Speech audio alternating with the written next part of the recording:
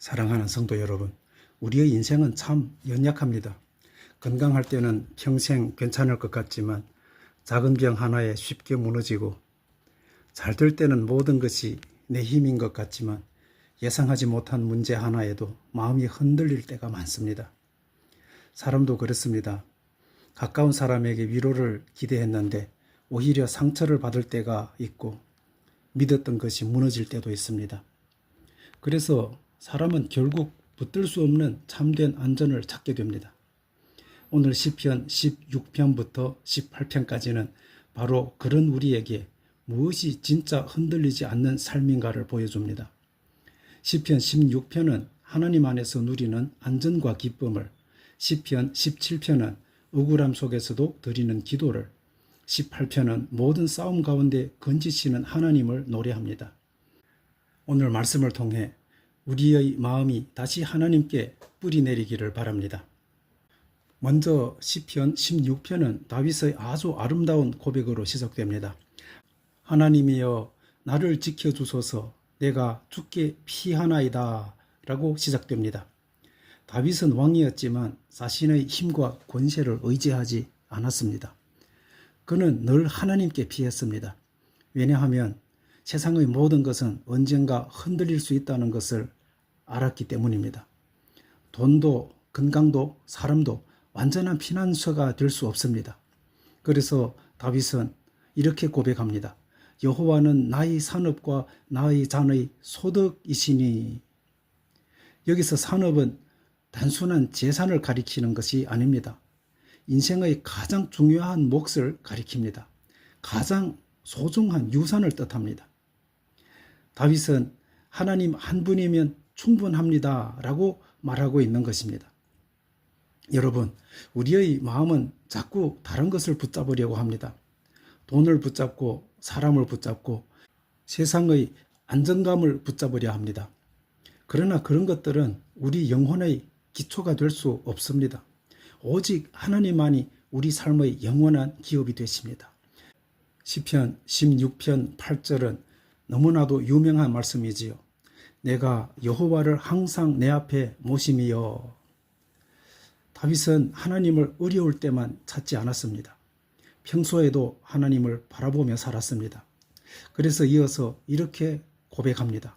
그가 나의 오른쪽에 계심으로 내가 흔들지 아니하리로다. 여러분, 믿음은 위기의 순간에 갑자기 생기는 것이 아닙니다. 평소에 하나님과 동행하는 삶 속에서 조금씩 자라나는 것입니다. 세상은 계속 흔들리고 있습니다. 경제도 흔들리고 사람의 마음도 흔들리고 우리의 가정도 흔들리게 되어 있습니다. 그러나 하나님을 가까이 하는 사람은요, 완전히 무너지지 않습니다. 왜냐하면 붙들고 있는 대상이 다르기 때문이지요. 하나님을 붙들고 있기 때문입니다. 시편 16편 마지막에는 다윗의 놀라운 고백이 나옵니다. 주께서 내 영혼을 스올에 버리지 아니하신다고 고백합니다.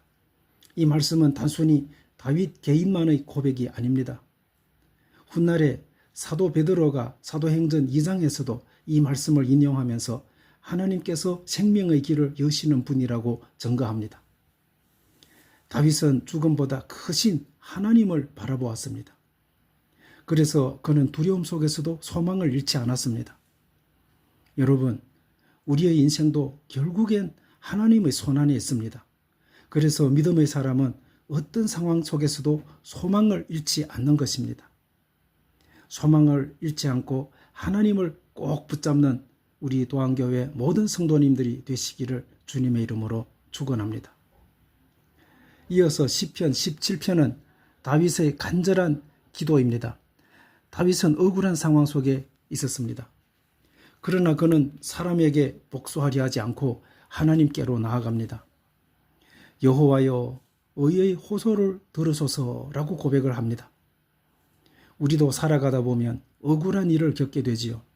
오해를 받을 때도 있고 진심이 왜곡될 때가 있으며 선하게 행동했는데도 상처받을 때가 있습니다. 그럴 때는 마음속에 분노가 생깁니다. 왜 저 사람은 저렇게 행동하는데도 잘 되는가? 왜 나는 이렇게 힘든가? 그러나 다윗은 자기 감정보다 하나님께 기도하는 길을 선택했습니다. 그리하여 다윗은 주께서 내 마음을 시험하셨으나 라고 말합니다. 하나님은 사람의 겉모습보다 중심을 보십니다. 사람은 오해할 수 있지만 하나님은 우리의 진심을 아시기 때문에 우리를 오해하지 않습니다. 그래서 성도는 억울할 때 함부로 무너지지 말아야 합니다.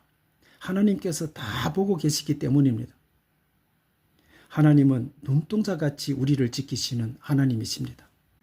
시편 17편 8절은 나를 눈동자같이 지키시고 주의 날개 그늘 아래 감춘다고 다윗은 따뜻한 말씀으로 고백을 합니다.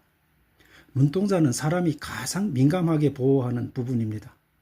하나님께서 자기 백성을 눈동자같이 지키신다는 뜻입니다. 여러분, 우리는 세상 속에서 혼자 버려진 존재들이 아닙니다. 하나님은 오늘도 자기 백성을 눈동자처럼 지키신다고 성경은 말씀하고 있습니다. 그래서 믿음의 사람은 불안 속에서도 기도할 수 있습니다. 다윗처럼 하나님께서 우리를 눈동자처럼 지킨다는 그 믿음을 가지고 하나님을 꼭 붙잡고 놓치지 않은 저와 여러분이 되시기를 소망합니다. 마지막으로 시편 18편은 다윗의 승리의 찬양입니다. 수많은 전쟁과 고난을 겪은 다윗이지요. 그는 마침내 이렇게 고백합니다. 나의 힘이 되신 여호와여 내가 주를 사랑하나이다. 그리고 이어서 하나님을 이렇게 부릅니다. 나의 반석, 나의 요새, 나를 건지시는 이, 나의 방패, 나의 피난처라고 부릅니다. 다윗은 자기의 인생을 돌아보며 깨달았습니다. 아, 결국 나를 살리신 분은 하나님이셨구나 라고 깨달은 것입니다. 특별히 다윗은 하나님을 반석이라고 고백합니다. 반석은 쉽게 흔들리지 않습니다. 비가 와도 흔들리지 않고 폭풍이 불어도 흔들리지 않고 무너지지 않습니다. 우리 인생에도 폭풍이 옵니다.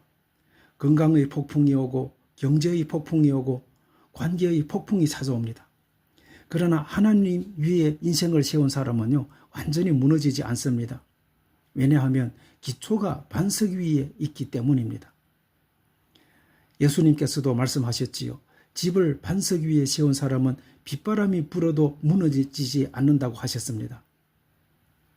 하나님은 나선 자의 기도를 들으시는 하나님이십니다. 시편 18편 속 다윗은 자신의 힘을 자랑하지 않습니다. 오히려 하나님께서 자신을 붙드셨다고 고백합니다. 나를 넓은 곳으로 인도하셨다고 고백합니다. 여러분, 우리는 약합니다. 그러나 하나님은 약한 자를 붙드시는 하나님이십니다. 넘어질 때 다시 일으키시고 눈물 속에서도 다시 걷게 하시는 하나님이십니다. 그러므로 중요한 것은 내 힘이 아니라 내가 누구를 붙들고 살아가는가입니다.